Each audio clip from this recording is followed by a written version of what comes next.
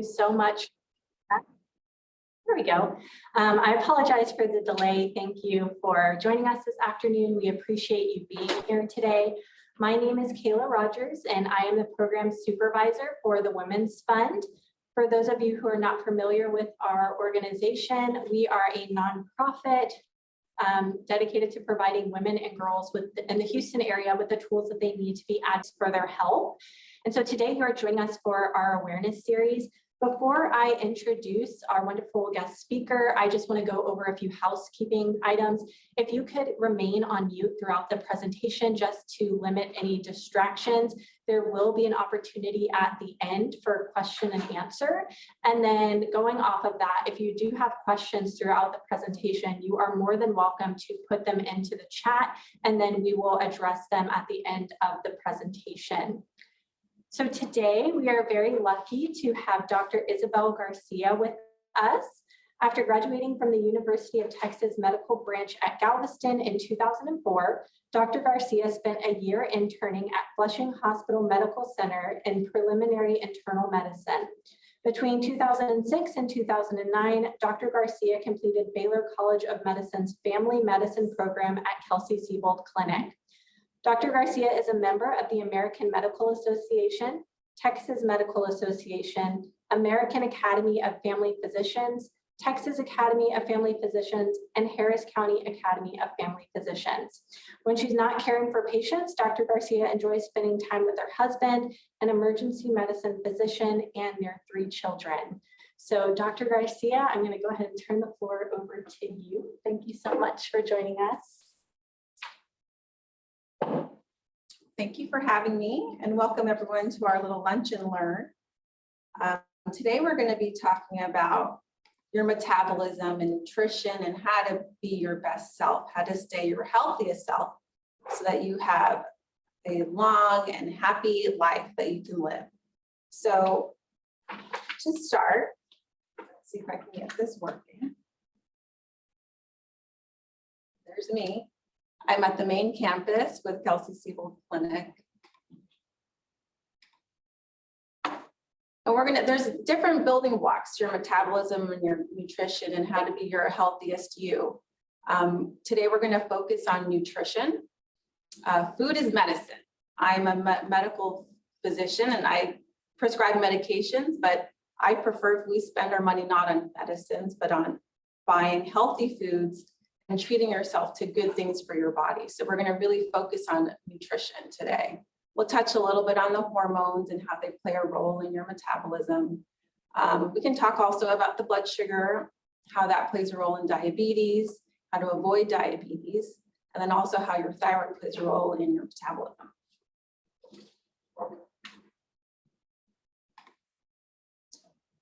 So food is very important. The quality of the food, the freshness of the food, it is the fuel for your body.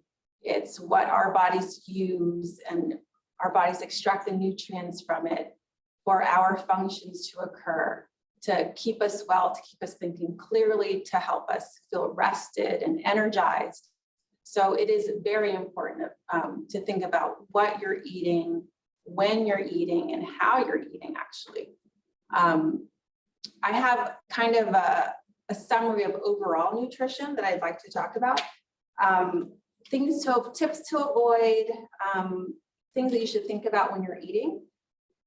Sugars tend to be added to, and they're an additive to a lot of our foods nowadays. So we really want to read labels and make sure we're not getting any added sugars, that we're not eating foods that are rich in sugar like desserts. Brownies, cookies, baked goods have a lot of added sugar. Sugars will spike our insulin level. It can make us feel really groggy. You can actually be addicted to sugar if you've been eating it for so long. So that's really important. Also, omega-3 fatty acids are really important nowadays. We've discovered how beneficial they are to our health and wellness, and actually how we think and how we feel. It can even affect your mood. So omega-3s are really important. It's also good to think that no diet is perfect for everyone. I know there's all these fad diets, The keto diet, the Mediterranean diet, the paleo diet, all these diets come and go, the Atkins diet from years ago, but there's no perfect diet that fits everybody. It really depends on your lifestyle, what's going on in your life, your children, your work. And so it's important to read about these things before jumping into it and really talking to your healthcare provider to see maybe which one would be right for you. Another thing to avoid in your diet would be the fats, the saturated fats and trans fats that can be added to foods. So in general, just to make it easy, because I know when we start getting into polyunsaturated and monounsaturated fats, it's important to think about if the fat is solid at room temperature, like butter or margarine, coconut oil is also solid at room temperature. Animal fats tend to be solid at room temperature. You want to avoid those things because those are usually the bad fats. So always think about that. Vegetables are always a good thing to fill your plate with. In the old food pyramid days, we don't really use that anymore.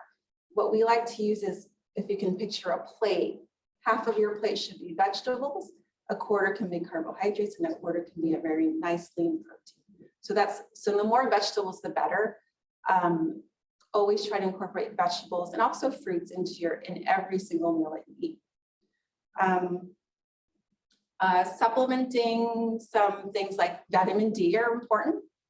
We often don't get enough vitamin D, even when we live in Texas, getting enough sunlight. Somehow we're still finding people are deficient in D. I think maybe it's because we also are worried about skin cancer. We wear hats, we wear sunblock, long sleeves. We're still not getting enough sunlight to really boost our vitamin D levels. So vitamin D supplements are a thing to consider if you want to start taking supplements, and they're not for everyone. Let's see, and I think the best thing overall is to just think about having what they call now is the clean diet. That's what the catchword is. The clean phrase is the clean diet. So you want to avoid processed foods. You want things to come to you into your body the way they came from the earth as much as they can. So fresh vegetables, not canned. Frozen is actually a good way to preserve the nutrients in a vegetable. So frozen is actually okay, but nothing canned. You don't want to have any refined grains. So the whole grains you can consider quinoa. You can consider barley, farro. Brown rice is better than white rice if you need to have a rice. And generally whole wheat breads with seeds are a better option than like a white bread. So let's talk about what exactly we should be eating. So we'll start with the vegetables. As I said, the more vegetables, the better. If you have 5 servings, that's the minimum you should have in a day. I think if you can have more than 5 servings in a day, I think you're doing very, very well. So for some examples, you can have a cup of spinach with lunch. For breakfast, people like avocados or sliced tomatoes with their eggs. That's a good option for breakfast, because I know it's kind of hard to think, how am I going to have a vegetable for breakfast? But there's ways to get it in. People love to have peas and beans, and you can have that for breakfast or lunch. You can add it to the side on any of your plates. Not only are vegetables full of minerals and vitamins, they're also really rich in fiber. And so that will help with your digestion, keep things running smoothly. It can give, sometimes it can make people bloat a little bit. So you just want to be aware of which vegetables are, do well with your body and which ones don't. And it reacts with everyone differently. So we just don't really know until you try it. We also make sure we have to get the fruit. So 4 servings per day. I think that's an easy goal to get. A banana, an apple. If you need a snack, apples with a peanut butter are a really nice option. Fruit juice, we try to avoid the fruit juice that's concentrated. You want just real whole fruits that have been squeezed, and you get the juice. You don't want it concentrated and reconstituted with water. So if you can get freshly squeezed squeezed apple juice or freshly squeezed orange juice, that's the best way to go. And then do limit it because it can be pretty sweet. So it can really increase your sugar sometimes. But fruits are a really nice way. So between the fruits and the vegetables, we want to make sure we get a lot of different colors, the greens and the yellow and the oranges and the berries, especially in the fruits, because all those different colors will provide different nutrients and different supplements to your body. Berries especially are a superfood. So they provide a lot of antioxidants. It'll help reduce the inflammation in your own body. And so we really like to encourage people to eat berries, blackberries, strawberries, goji berries, acai berries. Acai has come into play. Let's see.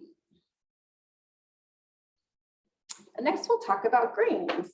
So grains are pretty easy to get. I think most people will like grains, but we want to make sure we're eating like the whole grains. So refined grains are something you want to avoid. If you can, I find in the grocery store, there's a lot of options now for whole grains. So instead of a regular flour tortilla, they sell them in whole wheat. They sell them with cassava flour. They sell them with almond flour. So there's all different kinds of grains that you can get. Always try to pick the ones that have the whole grains though. So also, as I said, with bread, they make multi-seeded breads, whole grain breads. So those are going to give you some protein and it'll help you feel fuller and it'll help you keep you satiated longer. So you're not hungry and like clamoring to eat something else in an hour. Oatmeal is also a nice option. I had mentioned quinoa and barley and farro, but oatmeal is a nice thing to eat as well.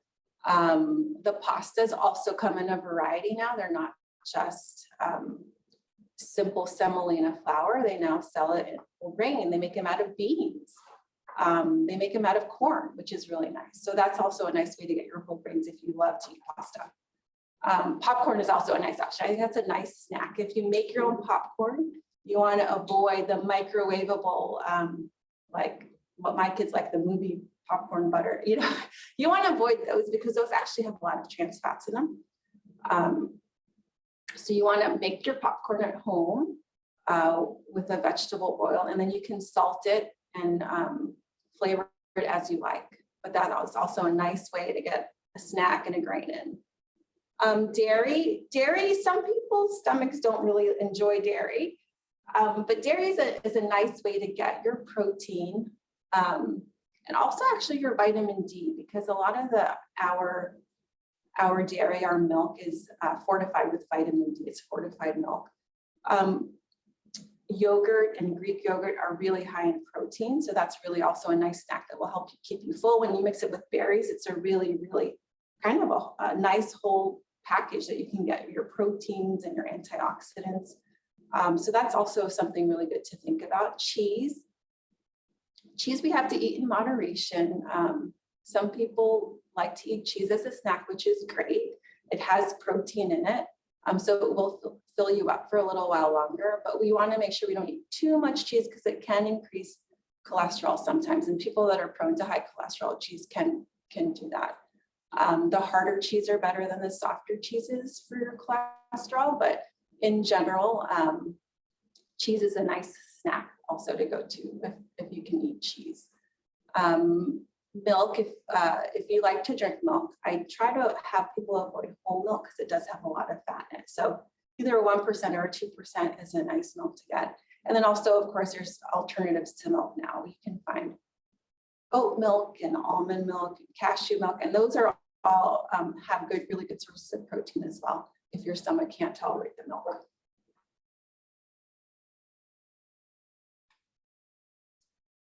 Let's see, the next what we'll touch on is protein. So proteins you'll find in poultry, in meat, in all sorts of meat, and the fish and seafood. The serving size is, if you look, 3 ounces is pretty small. Our average serving here in Texas, I would say, is probably 2 or 3 times that if you would order into a restaurant or actually would make it at home. So 3 ounces is pretty small. So which is why we try to stick to that plate picture. So you want half, again, to be vegetables, a quarter to be your lean protein, and a quarter to be some kind of complex carbohydrate. So we don't want your protein to take up most of your plate. Just think about it that way. Usually kind of the size of your palm is a nice measuring way to think about like a chicken breast or maybe a piece of lean steak. You don't want to really go over that. And then I also want people to remember that if you have in 3 meals in a day, if you can reduce the amount of meat you're eating to just 1 meal or maybe 1.5 meals in the day, that way you're not getting too much of that animal fat and protein. But always have a protein with every meal so that your blood sugar remains stable. You always want to mix that with your carbohydrates. So not just a carbohydrate and really not just a protein. You really want to have something that has both of them. Eggs are a nice way to get that protein as well. So eggs are good for you. They have a little bit of cholesterol in it, but not too much. So 1 egg a day is fine. I wouldn't go over that every day of the week because that might be a little too much for your cholesterol. But the best protein source, I think, from animals comes from fish. So not only does fish are high in protein, they have very little fat, and the fat that they have is a good fat. It's omega-3 fat. And the omega-3, again, is really good for your brain, your mentation, your mood. It's good for your skin. It has lots of benefits. So if you aren't eating actually a lot of fish or seafood during the week, if it's not really part of your diet, I do recommend taking like an omega-3 fatty acid supplement because I think that would be beneficial. But do try to get your proteins, all your proteins needs met. And I think it's pretty easy to do that. Just try to do it in a healthy way. Just think about where it's coming from.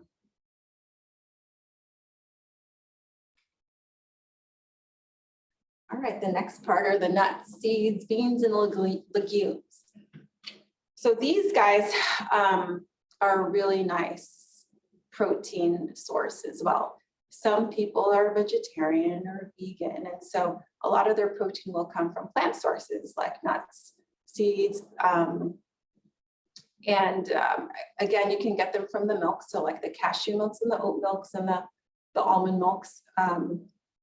But these are also make a really great snack. So if you have, hunger, your stomach is growling in the, at that 10 o'clock or that 2 or 3 o'clock time in the afternoon, the walnuts, pecans, cashews, peanuts, those are all, it's a nice snack to have because it does have protein and it should tide you over until you actually make it to dinner time. And then also the fats and oils, like I said, the omega-3s is a really nice one. The oils will most likely get no matter what, without even trying, you'll probably get all your oil servings. So in salad dressings or mayonnaise, all the vegetable oils that we cook with. Again, I do want to warn about coconut oil. Coconut oil in general shouldn't be consumed, but mostly it can be used topically, but because it is a solid at room temperature, it does have some trans fats in it. Okay. So just to summarize a little bit, we want a variety of foods. We want to make sure we're eating different colors, different sources of your minerals. So they'll come from vegetables of all different colors. So, yellow peppers, and make sure you're getting dark leafy greens. Dark leafy greens is a superfood. Carrots, you've got that orange. So you want a nice colorful plate. You want to avoid the starches. So the starches that are kind of just one bland color, like just a regular flour pasta or the regular flour tortillas. You want to avoid those because you want color on your plate. Also, we want to make sure we think about when we're eating. So there are some people that believe in intermittent fasting as a diet, and that's totally fine. We can get everything we need if you have like an 6 or 8 hour eating window. That's fine, but you want to make sure that you space your food or your meals and your snacks out so that you're not ravenous. Because when we get ravenous, we tend to not think about, or we're not as careful as what we're eating. We'll kind of just take whatever's easy, convenient, fast, and it usually comes in a wrapper. So we want to make sure to feed yourself so that you're not starving through the day. Another tip is to move. exercise, exercise, exercise. We think that sitting and being sedentary is probably like the new smoking. People don't smoke as much, but now we just kind of sit. We sit in front of computers all day long. We're working from home. We hardly get up. And so some people like the pedometers, and I do like a smartwatch that can count your steps. It can tell you how much you're moving or lack of moving, which is sometimes we need the reminder that, hey, it's been an hour sitting, you probably need to get up and walk around. So make sure you move as much as you can, incorporate it into your day. Some of us don't have the time to do a full hour workout in a day, and that's fine. But if you can find 10 minutes here, 10 minutes there, it all adds up. We don't have to have it in one big chunk, but definitely moving throughout the day, just taking the stairs at work, or, you know, just walking around the block after breakfast, after lunch, it all will add up. So you will burn more calories. Breakfast, some people don't enjoy breakfast, and I'm probably one of those people, but it is important that you break your fast for that period of time when you're not eating with something nutritious and not something that's full of sugar, because that sugar will increase your insulin and then it'll drop you right away and you'll feel hungry again about it, not even an hour later sometimes. And so whenever you are eating that first meal of the day, be it at 8 a.m. or at noon, you just want to make sure that it is balanced. It has a complex carbohydrate and it has a protein. Eggs are a good way to get it. Again, grains and nuts are also a good way to get it. But definitely when you break that fast, make sure it's something really, really nutritious. Moderation. So it's hard to stay on, you know, being super healthy and having a clean diet all the time, because it's birthdays and celebrations and socializing. I mean, that's part of our culture, is to eat and drink with others, just to spend time with other people. So we want to make sure that when we're all together, that everything's in moderation. It's not that you can't ever have a sweet or a dessert. You just want to make sure it's not every single day. You know, save it up for those times when you know someone's party, someone's birthday, someone's anniversary, and that you know that you're going to be part of that celebration. So it's okay to have a piece of cake.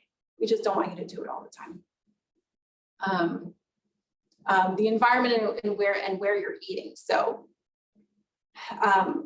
many people find ourselves eating in front of the television, or, you know, their iPad or phone, watching a show, because these shows are really great right now, right?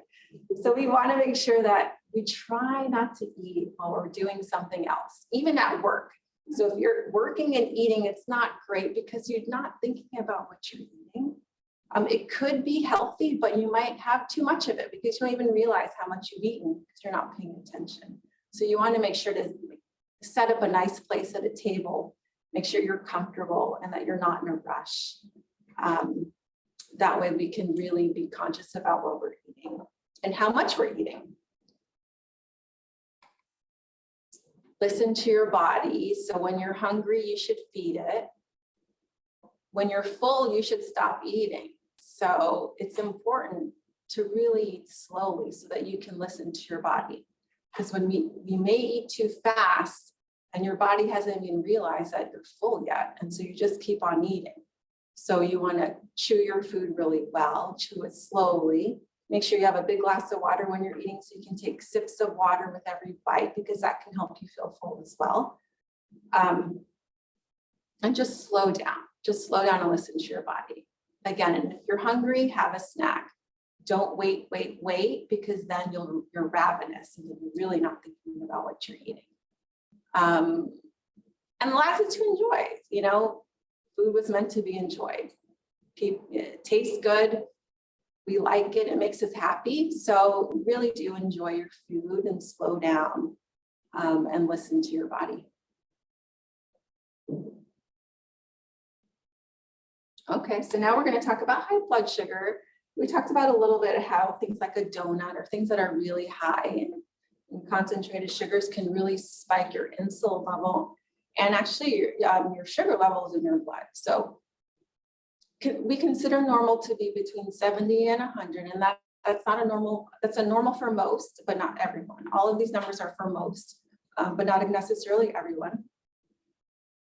A normal person that has no problems with pre-diabetes or diabetes will have a blood sugar of under 100 whenever we check it.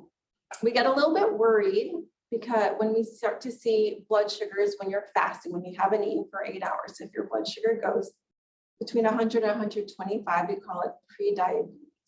And that's becoming a bigger and bigger problem in the United States. So we really want to be conscious about how much sugar we're eating, because pre-diabetes is kind of the red flag saying, my body is not processing sugars the way it should be. It's time we do something different, or we will end up progressing into diabetes. So when those blood sugars get above 100, we really start to enforce that we have got to get you moving and eating better. Because once that fasting blood sugar gets above 126, that's the level that we call diabetes. And that's when we really, and diabetes is sort of a risk for developing heart disease, eye problems, kidney problems, strokes. It really does increase your risk for all these things. So it's really important to really watch your blood sugars. In addition to fasting blood sugar, we're also doing a measurement called hemoglobin A1C, which many physicians are already doing as a screening test on your annual exams. We used to not do it, but the American Diabetes Association has given us an indication that hemoglobin A1C, which is your 3-month blood sugar average, can really tell us a lot more about how your blood sugars have been running over the past 3 months. So when we see a hemoglobin A1C above 6.5, that's when we know that the blood sugars generally are running above 126, which means diabetes. So it's something to talk to your healthcare provider about, especially when you go in for your annual physical, because I think it's a really worthwhile test that can tell us a lot of things.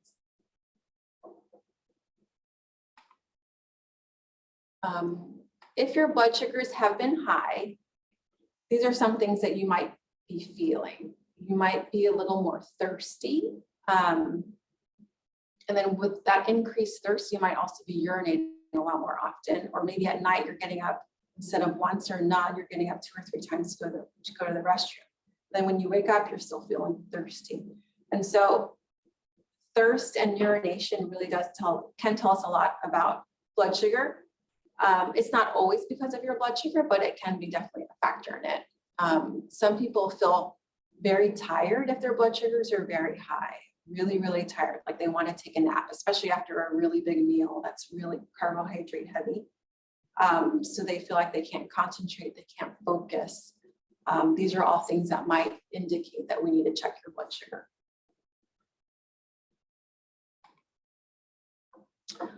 So as I said, so diabetes lends itself to some other health problems. So not only is it just the diabetes, but diabetes that goes uncontrolled for years can cause blindness. It can cause problems on your retina, which will require a specialist to help you with, to help preserve your vision. So it's very, very important. It not only can affect your retina, but can also affect your lens, the lens inside your eye. Just the fluctuations in blood sugar, I have been told by many patients that they know when they've had too much sugar or their blood sugar's high because they have a little bit of blurry vision because that lens starts to swell with all that sugar. They get fatigued, as I said, many will feel really sleepy, especially after a really carb-heavy meal. And also that all that sugar just causes so much inflammation in your body. If you have autoimmune disease, this makes it worse. It can sometimes it makes people's joints ache. So all sorts of things can kind of feel funny if your blood sugars are too high.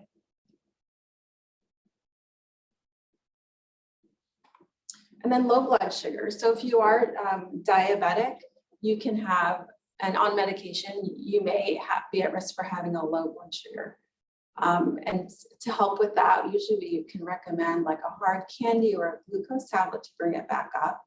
But also to avoid, really what's important is to avoid your low blood sugar. So if you're taking medications that lower blood sugar, you want to make sure you take it.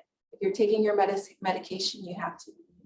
If you are, on a strict diet or you're trying to lose weight and you're really restricting your calories, You have to talk to your doctor about adjusting your medications, otherwise you'll go too low.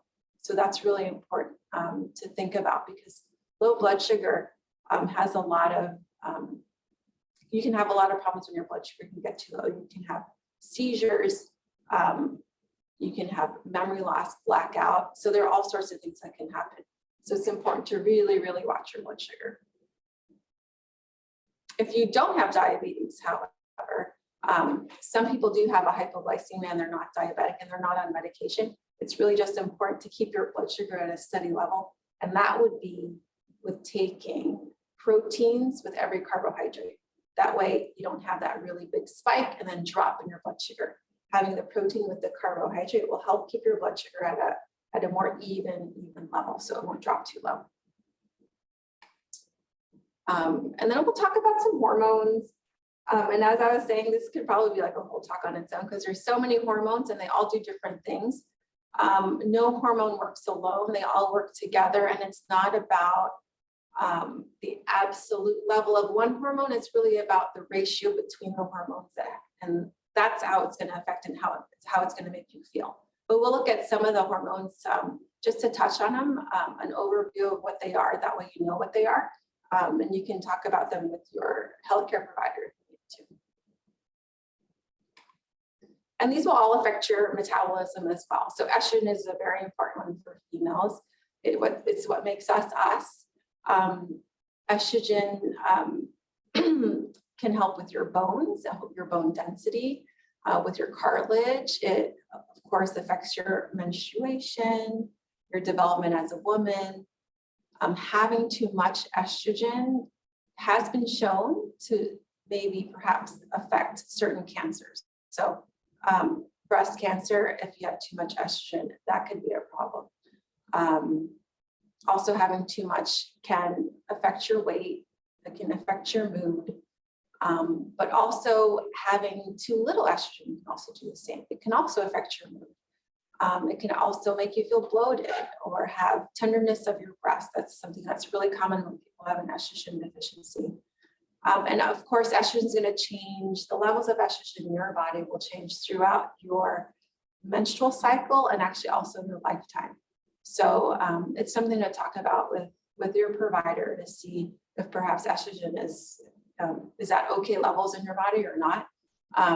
We often supplement estrogen with birth control. So some people that do have either estrogen that affects their migraines take birth control pills. That way they have just kind of a steady estrogen dose every month, so that doesn't affect it.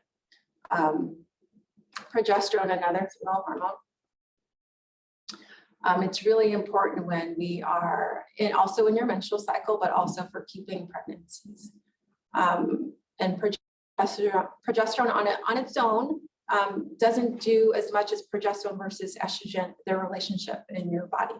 And so they do depend on one another to help you feel the way you do. Having not enough progesterone can cause fertility problems. It can really mess with your period, sometimes too heavy or too little. And we think also having too much progesterone can affect some cancers. So testosterone is another hormone. Women do have a testosterone level. We also make testosterone, although we do think about it more in men. Usually in women, we think, especially in women that suffer from polycystic ovarian disease, PCOS is what we call it, or PCOS. Women with PCOS tend to suffer from a higher level of testosterone than they're used to. And so you'll notice maybe weight gain or acne or hair growth where it shouldn't be for you. So that's, if you notice any of those things, that's something to talk to your provider about. Insulin, again, another important player in our metabolism, and diabetes. Insulin is produced by the beta cells in the pancreas. When we have a type 2 diabetic, we're noticing more and more type 2 diabetes in our society. This is usually caused by insulin resistance. So your pancreas is making a fine amount of insulin, and it's probably making even more insulin because your body isn't recognizing it. That's what we call insulin resistance. We're making it, but your body does not recognize it. So therefore, it doesn't use it the way it does. Insulin is important in that it takes the sugar out of our bloodstream and puts it into our muscles, puts it into the things that we need it to do, into our brain to help us think. And so insulin is very, very important. Gestational diabetes is a diabetes in a woman that is pregnant. We find that sometimes the placenta or your genetics just makes you have a higher level of insulin resistance. So some women will develop diabetes during their pregnancies, and then it gets better after they deliver, after the placenta is out. Usually those blood sugars will come down because their insulin resistance also goes down. But it does, when a person does have gestational diabetes, it does put them at higher risk for developing type 2 diabetes later on down the road. So those women, we always have to be very careful and make sure we're checking their hemoglobin A1C every year.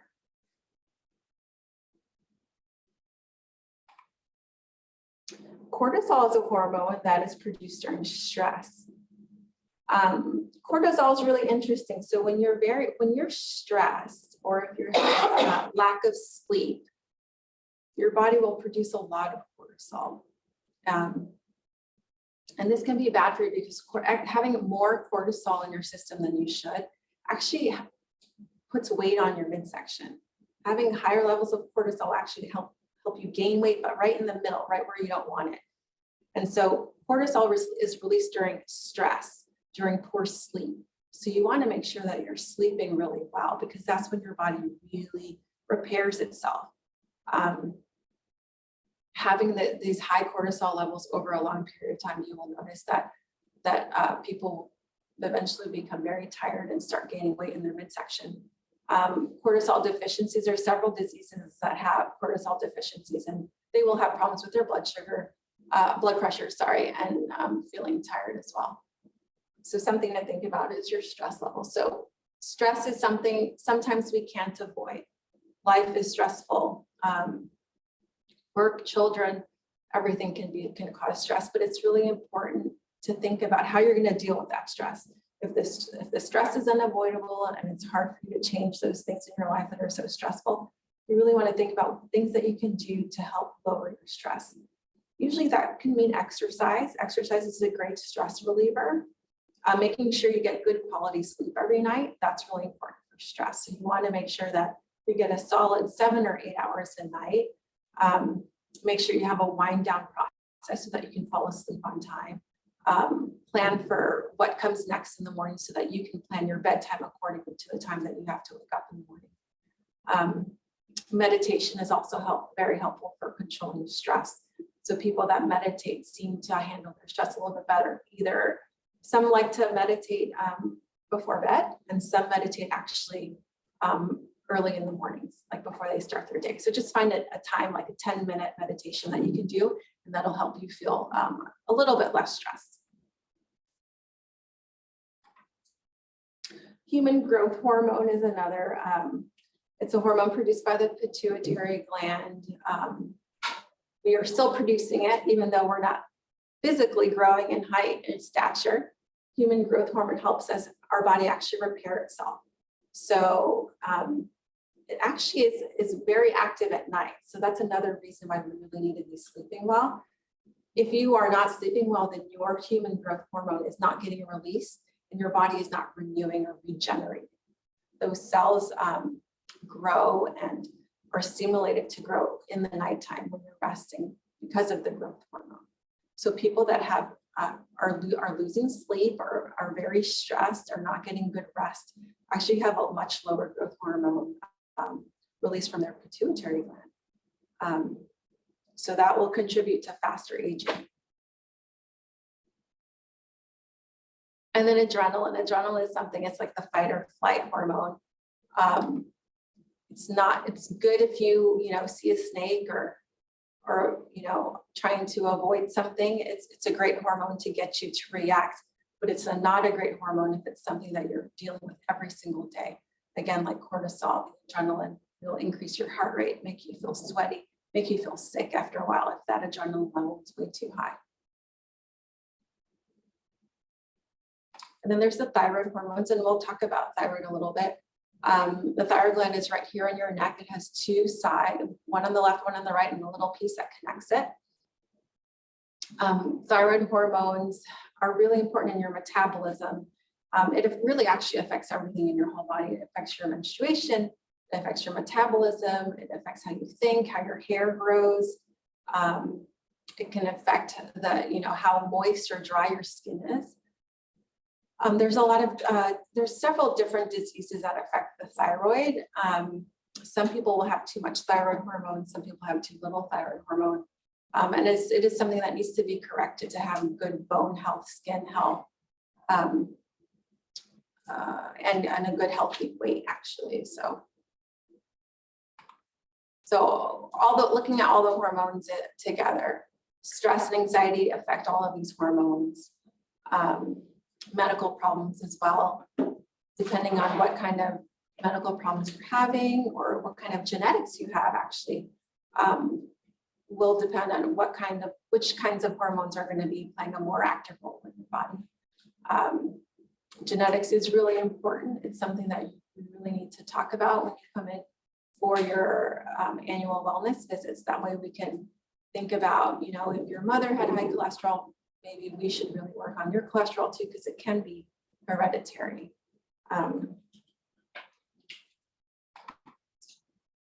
So we talked about natural foods, limiting processed foods, definitely trying to get foods and eat foods that are how they come from the earth. So unprocessed. We don't want them processed where they're just taking all these good things out of it. So we want organic foods if you can, because it can avoid pesticides and other chemicals. You want meats that don't contain any hormones, where the animals have not been given hormones, because those actually can affect our bodies. It'll affect our own hormones. Proteins that are very, very low in fat. So you want lean proteins, a variety of fruits and vegetables. Moving, always exercising. So standing desks actually help because we're not sitting. So having a treadmill under your desk, if you can get it, that's a good way to move. You can just be walking while you're doing a Zoom or typing. So as much as we can, we want to stay active.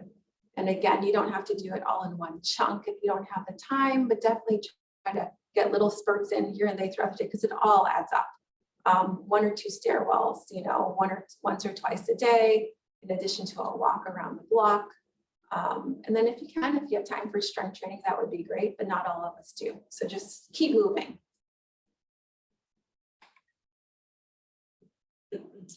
And again, we'll go back to the thyroid gland. So as I said, there's a left and a right and a little piece in between, and all of that is active tissue. Most times when we go to our doctor, they'll feel your neck just to make sure it's not too big, because some people can have an enlarged thyroid or little nodules in their thyroid. So we just want to make sure that your thyroid is at its tip-top shape, producing the thyroid hormone that it needs to, so that our metabolism and our wellness can be at its best.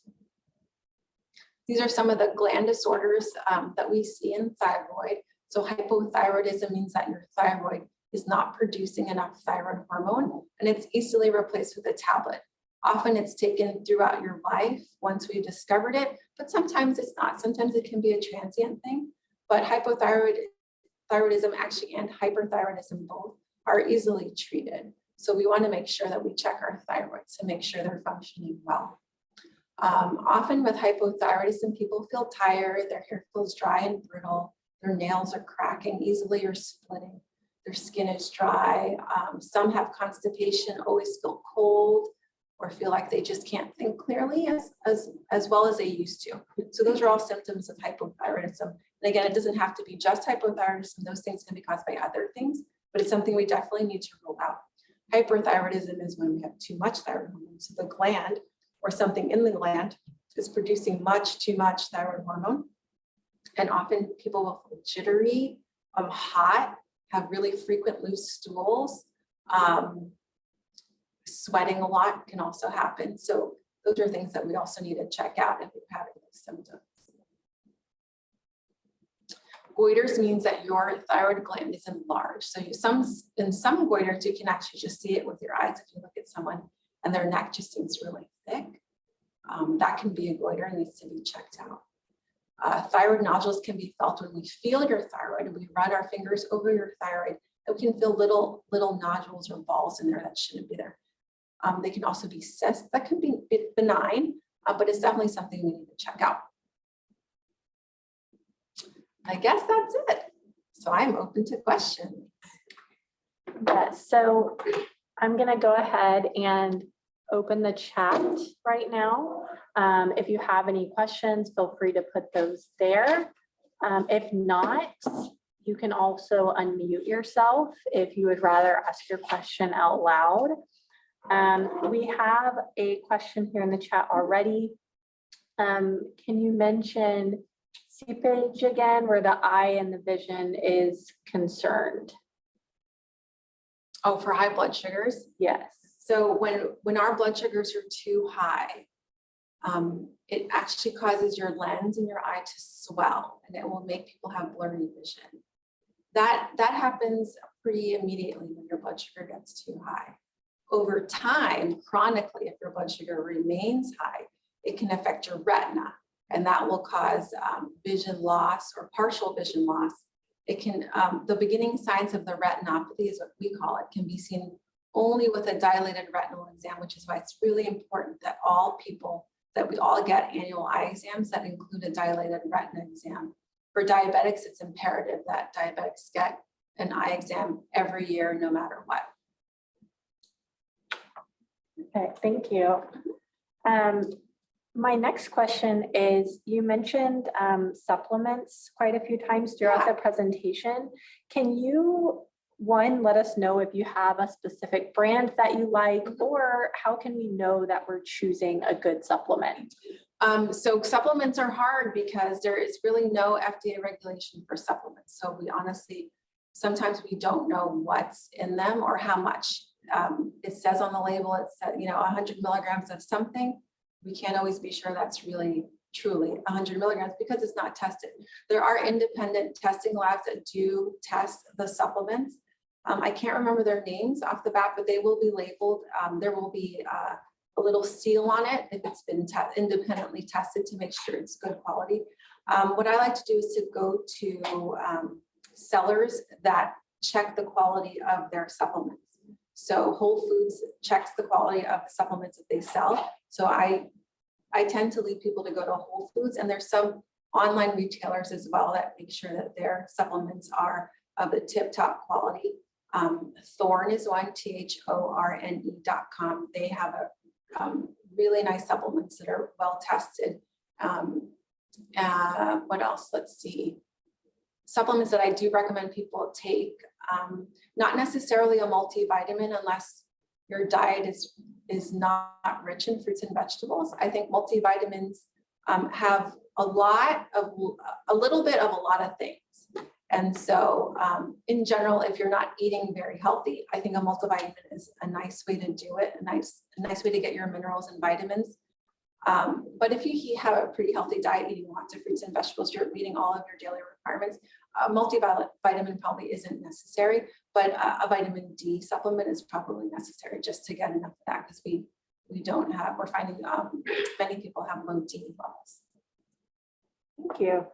I know it can be kind of tricky sometimes trying to decide, like, is this good, or there's so many options out there. There's lots of options. Other things you can do is, with the use of TikTok and YouTube, there's a lot of actual nutritionists that have channels that you can listen to, and they talk about nutrition, especially supplements. So find people that you trust, talk to your doctors, and see who they like to use. So someone is asking if you can repeat that website. It was Sure. Thorne. THORNE, Thorne.com. So another question that I have for you, you mentioned how ideally we should be planning out our plates with like half vegetables. And do you have any go-to places that you look for recipes? Because I think for a lot of people, the hardest part is kind of figuring out like what to make, especially if they're not used to like eating the healthiest diet? Yeah, so as far as recipes, I don't generally have a place. I go for healthy recipes, but I do like certain, I would call diets, but they're really not diet. I don't want to think about it as a diet. I like to think about it more of like a lifestyle. So the Whole30 is a nice lifestyle diet way of eating.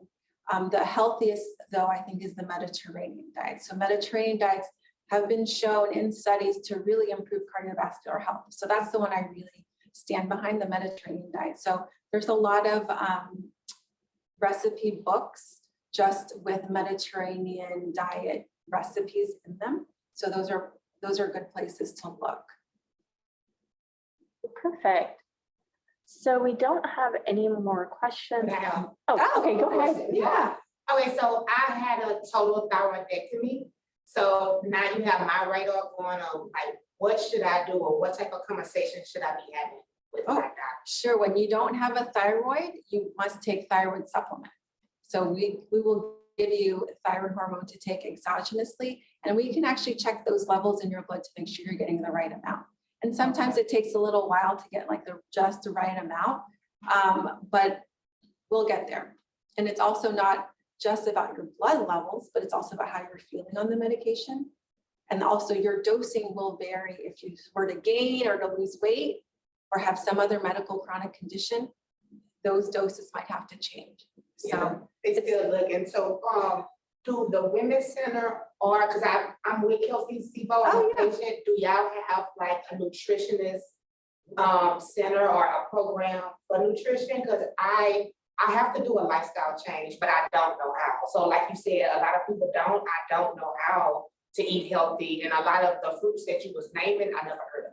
oh, So it's like, what would I get these fruits? Oh, from? yeah, Or like yeah, the sure. acai or the. yeah, the acai berries. Acai, Mhm. yeah. So that's like the new, the fun acai bowls if you've ever been to a health food store. So we do actually, Kelsey Sewell does have a nutrition department, and we are happy to schedule you an appointment and you visit with a dietitian nutritionist. And then there's follow-ups, which is great. So because it can be a lot of information at one time. And they'll talk about what nutritional needs that you need to meet every day personally for you. And then they'll visit with you again in a month to see how you're doing, how things can change. Okay, thank you. And the Women's Fund does have a healthy lifestyle publication for just some general information around nutrition and physical activity. It's called Which Way. We have printout or physical copies as well as PDF versions on our website. Okay, thank you. Yeah. Okay, so my last question for you before we wrap things up is what is the one major takeaway that you want people to leave with from this presentation? So the main takeaway for our nutrition talk is to always try to get whole foods. Food is medicine, so we want our money to go towards healthy, whole foods and not medication to treat diseases, right?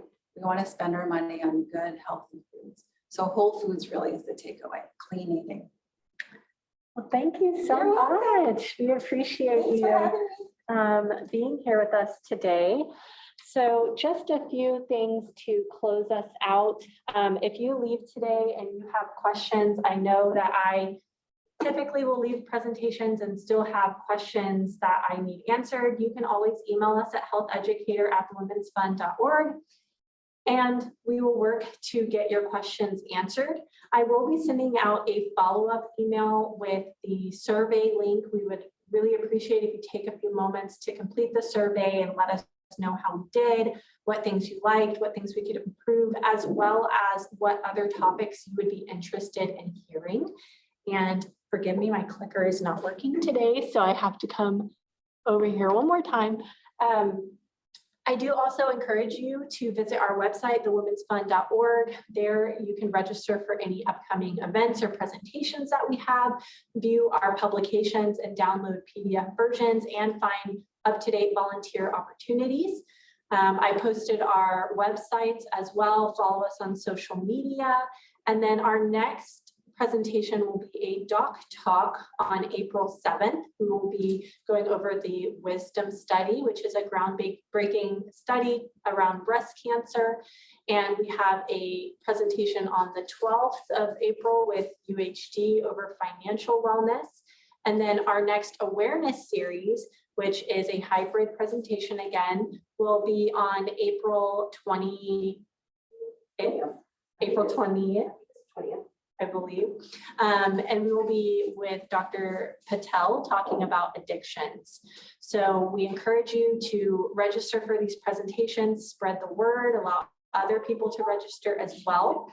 And then finally, I will close with our scholarship application. So we are accepting scholarship essay entries for our scholarship essay contest for graduating senior girls.